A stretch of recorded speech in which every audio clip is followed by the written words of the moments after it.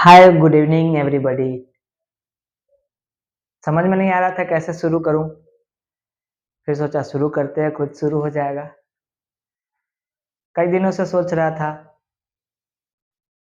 क्या डालना है पहले, कैसे पढ़ाना है, क्या क्या चीज़ें पहले होनी चाहिए।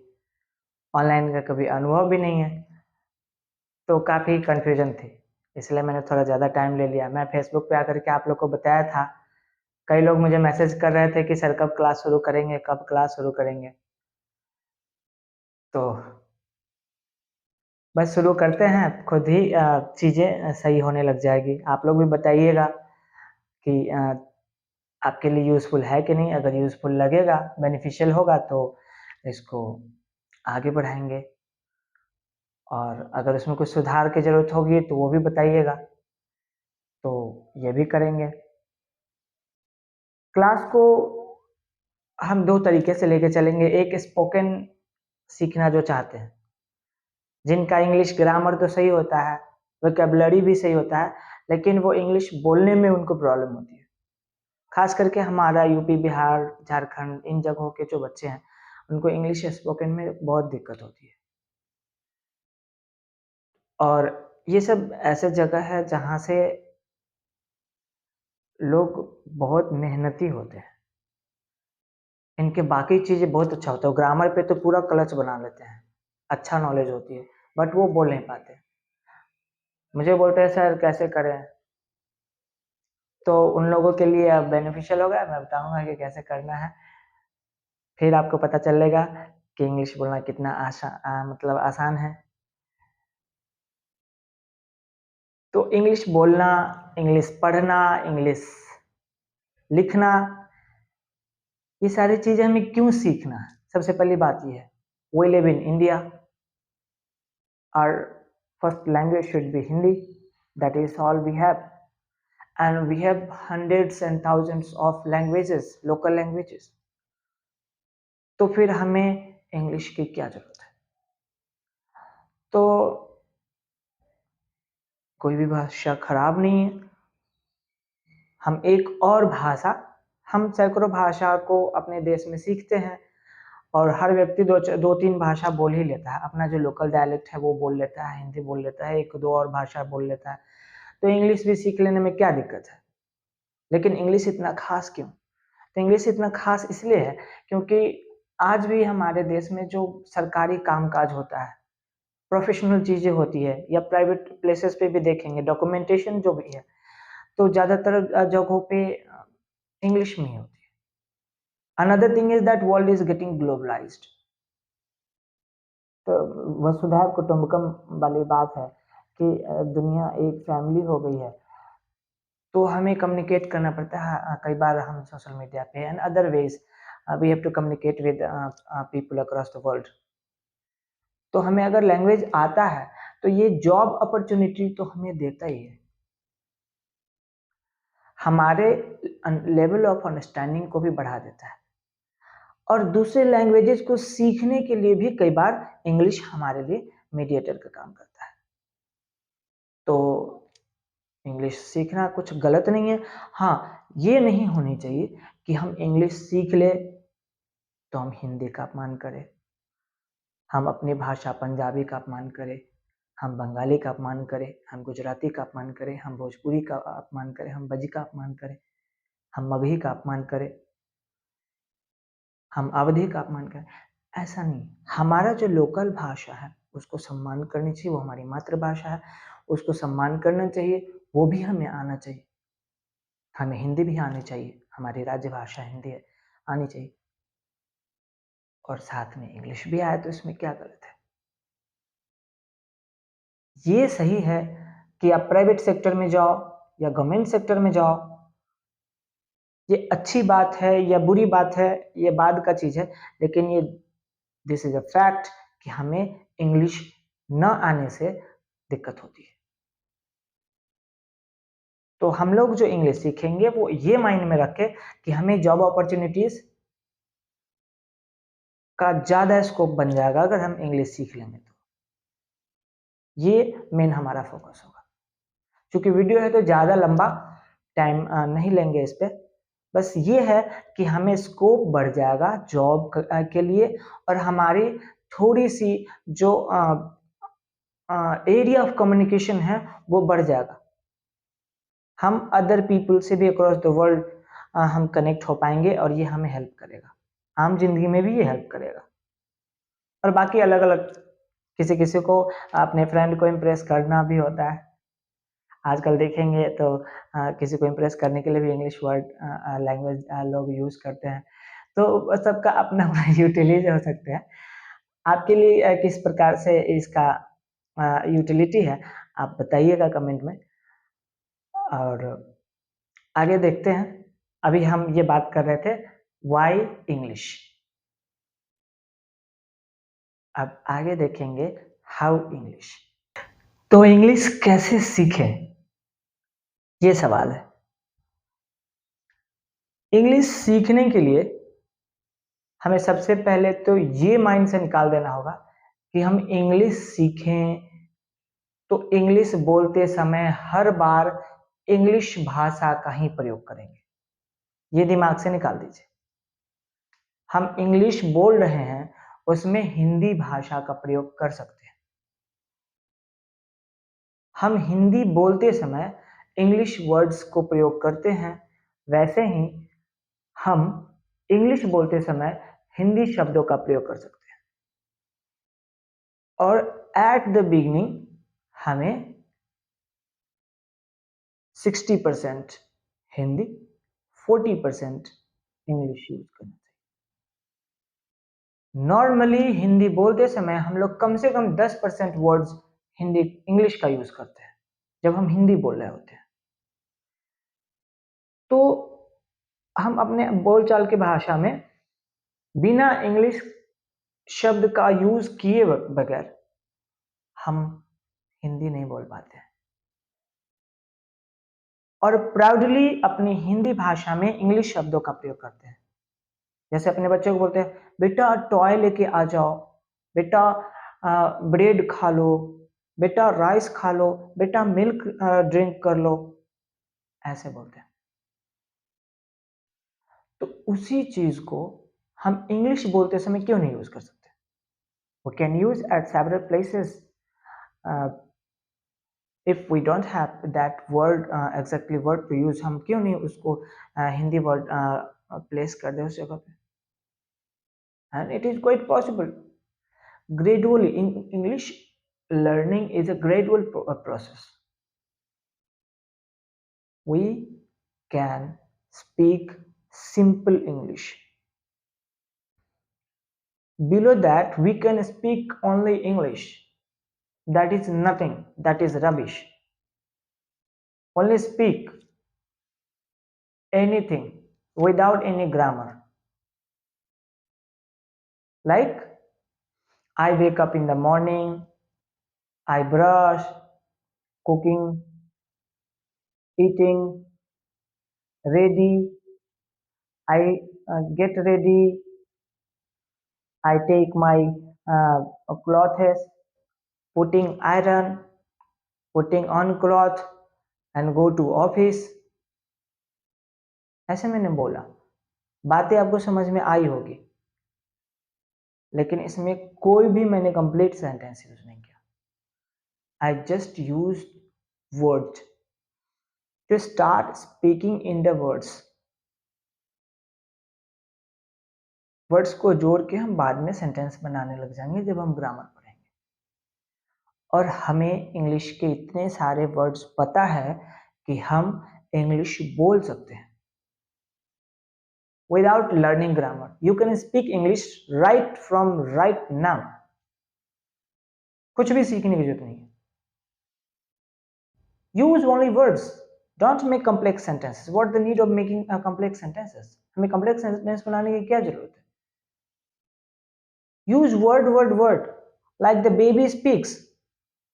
ममा, पापा, खाना। वो उन्हें हिंदी व्याकरण नहीं आता होता है। They don't learn any व्याकरण, they don't learn any grammar. वो जो शब्द बोलते हैं उन्हीं शब्दों को वो इको करते हैं। We can also follow the path. हम बोलते हैं ग्रामर, ये टेंस पढ़ लेंगे, वॉइस पढ़ लेंगे, ये पढ़ लेंगे, वो पढ़ लेंगे, फिर इंग्लिश बोलेंगे। No dear, nothing, you need not learn even a single chapter from grammar for speaking English. Grammar की जरूरत ही नहीं है। हाँ, इंग्लिश प्रोफेशनल लेवल पे जाकर के बोलने के लिए, इंग्लिश बोल करके हमें पैसे कमाने हैं, इंग्लिश बोलते समय हम किसी पार्टी का रिप्रेजेंटेटिव है, किसी फर्म का रिप्रेजेंटेटिव है, लीगल प्रोसीडिंग्स में इंग्लिश बोल रहे हैं, at that time you will have to speak correctly.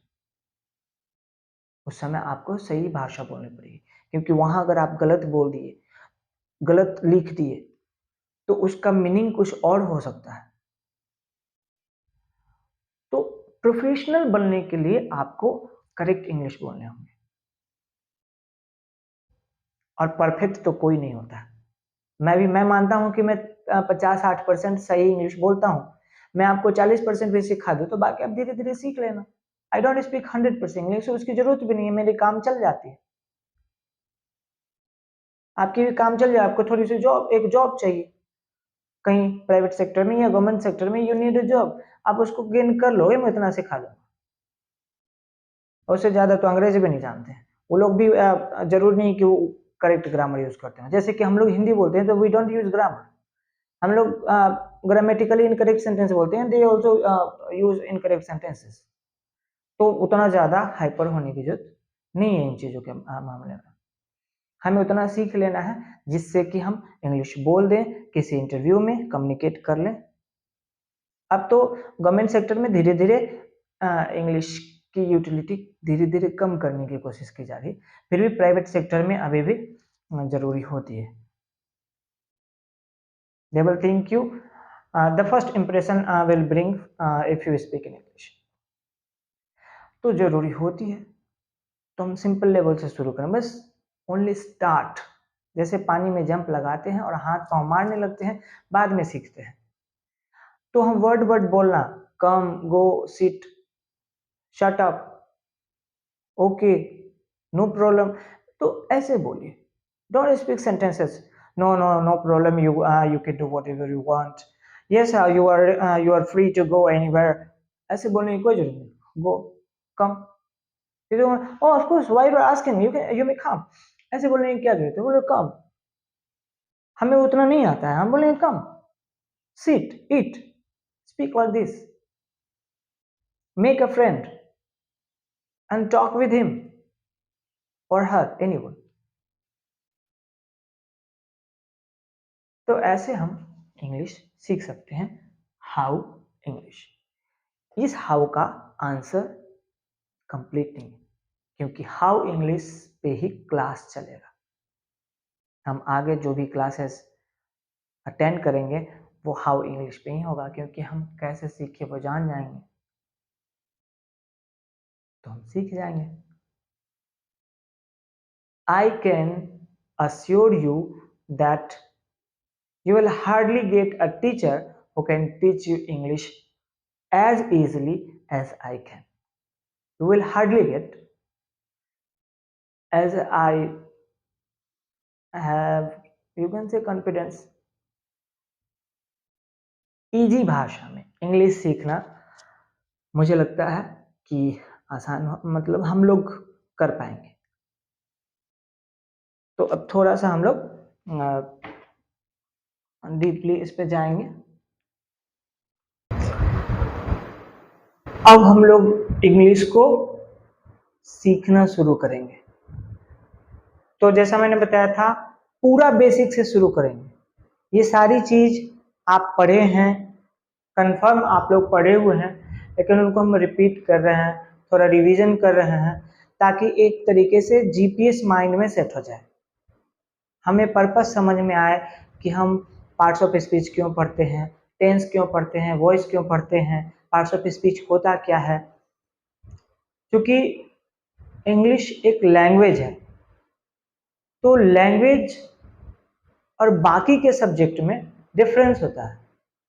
बाकी का सब्जेक्ट मैथ, फिजिक्स, केमिस्ट्री, ये सब एक सब्जेक्ट है, बट इंग्लिश एक लैंग्वेज है, एक भाषा है। तो भाषा बाकी सब्जेक्ट से डिफरेंट होता है। भाषा हमें कम्युनिकेट करने में हेल्प करता है एक दूसरे से। तो भाषा बोल करके भी कम्युनिकेट करते हैं, वो भाषा कहलाता है। और बिना बोले भी कम्युनिकेट करते हैं। हम किसी पे देख लें किसी खास तरीके से, उसको पता चल जाता है कि हम उसको क्या कहना चाह रहे हैं, तो वो भी एक भाषा है। इंग्लिश भाषा कैसे हम सही तरीके से यूज करेंगे उसको समझने की कोशिश करेंगे हम लोग यहाँ। तो आपको लगेगा कि सर थोड़ा ये क्या पढ़ा रहे हैं, ABCD पढ़ा रहे हैं, तो थोड़ा पेशेंस रखना है और देखना है, ये आपको बेनिफिट करेगा, डेफिनेटली बेनिफिट करेगा। आप कितने भी ज़्यादा नॉलेज हो आपको, बट ये आपको बेनिफिट करेगा। तो देखते हैं कैसे करेगा ये बेनिफिट। यूनिट ऑफ साउंड, हम कोई भाषा बोलते हैं तो भाषा से पहले की चीज जो होती है, हम साउंड प्रोड्यूस करते हैं, और वो साउंड जो मुंह से निकलता है वो भाषा अभी तक नहीं है। वो मीनिंगफुल हो, उसका कुछ सेंस आने लग जाए, सामने वाला उससे कुछ उसका अर्थ समझे, फिर उसी तरीके से वो रिस्पॉन्ड कर सके, तब वो भाषा का रूप लेता है। तो भाषा बनने से पहले, लैंग्वेज बनने से पहले एक साउंड होता है, और वो साउंड का यूनिट हमें देखना होगा। तो साउंड का जो यूनिट होता है इंग्लिश में, उसी को हम अल्फाबेट्स या लेटर्स कहते हैं। अब वो लेटर्स ये ABCD लेकर के Z तक है।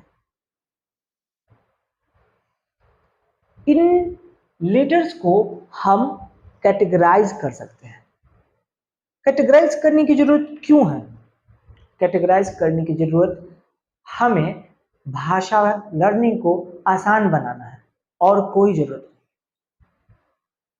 तो आगे हम आसान तरीके से शब्दों का क्रिएशन कर सके, वर्ड्स को क्रिएट कर सके, इसलिए हमें लेटर्स का क्लासिफिकेशन जरूरी है। हम लेटर्स को क्लासिफाई करते हैं दो पार्ट में, कॉन्सोनेंट एंड वॉवल्स। आप कहेगा ये भी तो सर पढ़े ही थे, काहे का टाइम वेस्ट कर रहे हैं। तो थोड़ा सा पेशेंस रखिए, फिर आगे मजा आएगा। एक टाइम आएगा, मैं आपको ऐसा बना रहा हूं कि आप तेजी से दौड़ सके। मैं आपको बहुत तेजी से दौड़ाऊंगा, लेकिन पहले आप वैसा बने, उसके लिए ये इंग्रेडिएंट्स आपको चाहिए होगा। मैं आपको टेंस आधे घंटे में पढ़ा दूंगा, जो नॉर्मली कई बार लोग एक महीने लगा देते हैं, वो इसमें 1 घंटे में पढ़ा दूंगा, पूरा खत्म, ऐसा करवा दूंगा। लेकिन तब जब इन चीजों को आप सिर्फ ABCD नहीं, ऐसे और भी चीजें बताएंगे, उन चीजों को ध्यान से अपने माइंड में डाल लेंगे। तो एक और चीज माइंड में डाल के रखना है कि भाषा सीख रहे हैं हम लोग, we are learning English as a language. तो लैंग्वेज हमेशा दिमाग में ही नहीं, टंग पे होना चाहिए। दिमाग सोचेगा और बोलेगा, इसमें टाइम लगता है, it takes time to process. तो you don't have to give even time to process to your mind. तो इसको टंग पे लेकर के आना होगा। तो इसके लिए मैं जो जो चीजें बता रहा हूं, इसका नोट्स आप स्क्रीनशॉट रख लीजिएगा, लेकिन ये नोटबुक में फेयर करना जितना जरूरी है, उससे ज्यादा जरूरी है कि इन चीजों को समझ ले, आत्मसात कर ले। तो टाइम ज्यादा स्पेंड नहीं करेंगे। कॉन्सोनेंट्स आपको पता है, कुछ लेटर्स कॉन्सोनेंट्स है। कॉन्सोनेंट्स क्या है कि ऐसे साउंड जिसको एक अनदर साउंड का सहारा लेकर के, ये सब लॉन्ग साउंड होते हैं, एक साउंड उसमें दूसरा साउंड को जोड़ करके बनते हैं। तो दीज आर लॉन्गर साउंड कह सकते हैं या स्ट्रॉन्गर साउंड कह सकते हैं। एक स्ट्रॉन्ग साउंड है, ये सिर्फ ध्वनि है, साउंड है, इनका कोई ऐसे अर्थ नहीं, लेकिन हम साउंड्स को कोडिंग कर रहे हैं यहाँ। We are coding the sound into letters. ये साउंड है जिनमें इनको बोला जाता है अक्षय, या मतलब indivisible, solid, holy, perfect, pure. Pure sound exact word होगा इन लेटर्स के लिए, ए, ई, आई, ओ, यू। अब बी बोलते हैं तो उसमें ब और ई का साउंड आता है, सी तो स और ई का साउंड आता है, डी ड ई, एफ फ फ अ का साउंड आता है। तो ये सब इनके हेल्प से बोले जाते हैं। ये जो कॉन्सोनेंट्स है ये प्योर जो साउंड है उसमें वॉल साउंड ऐड करके बना है, इसलिए ये कॉन्सोनेंट्स है, वॉल्स है, ये प्योरेस्ट है, इसमें कुछ भी दूसरा साउंड नहीं है, प्योर साउंड है। अ, ई, आई, ओ, यू, ऐसे, ए, ई, आई, ओ, यू। इन दोनों को मिलाएंगे तब बनेगा वर्ड। तो आगे हम लोग पढ़ेंगे वर्ड्स। वर्ड्स सीख लेंगे, मतलब कि हम वर्ड्स में ही तो बात करते हैं नॉर्मली, तो इंग्लिश सीख लेंगे। कितने वर्ड्स है? तो there are millions of words. हम सबको कैसे सीखेंगे? तो ये आगे देखते हैं कैसे सीखेंगे। ऐसा करते हैं, इस क्लास में इतना ही रहने देते हैं, फिर मैं दूसरा क्लास रिकॉर्ड करूंगा और उसमें प्रॉपर तरीके से चलेंगे। यह एक ऐसे इंट्रोडक्टरी क्लास था ताकि आप लोग को भी पता चल जाए, आप लोग भी अपना कमर कस लें कि अब पढ़ना है और क्लासेस करना है। अब मैं डालता रहूंगा वीडियोस, एक दिन 2 दिन पे मैं कोशिश करूंगा रोजाना, छोटा सा वीडियो ही सही लेकिन रोजाना डालूंगा एक टॉपिक पे, और ना हो तो 2 दिन पे डालूंगा। तो आप लोग रेडी हो जाइए, I am there with you if you need. और ऐसे बच्चे खास करके, मैंने पहले भी बताया था, वो बच्चे खास करके जिनको लगता है कि इंग्लिश हम नहीं सीख सकते हैं, वैसे लोगों तक ये चीज़ पहुंचाइए ताकि उनको हेल्प हो सके। और आपके नीड का है तो आप तो ज़रूर देखिए। और एक चीज़ कहूँगा, मैं इंग्लिश में परफेक्ट नहीं हूँ, मैं सिर्फ, मुझे लगता है I can evaluate my self कि मैं 60% नॉर्मल लैंग्वेज, नॉर्मली जो बोला जाता है, तो इंग्लिश में मैं अपने आप को 60% मान के चलता हूँ कि मुझे आता होगा। 100% की जरूरत नहीं है। I make mistakes, I will be making mistakes, but मेरे पास जितना है, if you take it, if you could get, तो इंडिया में आपको जॉब लेने में और नॉर्मल लाइफ जीने में सफिशिएंट होगा। और उससे ज़्यादा चाहिए तो you will have higher people to teach you, higher sources to learn. लेकिन मेरे क्लासेस करके आप हायर सोर्सेज को समझने के लायक जरूर बन जाइएगा।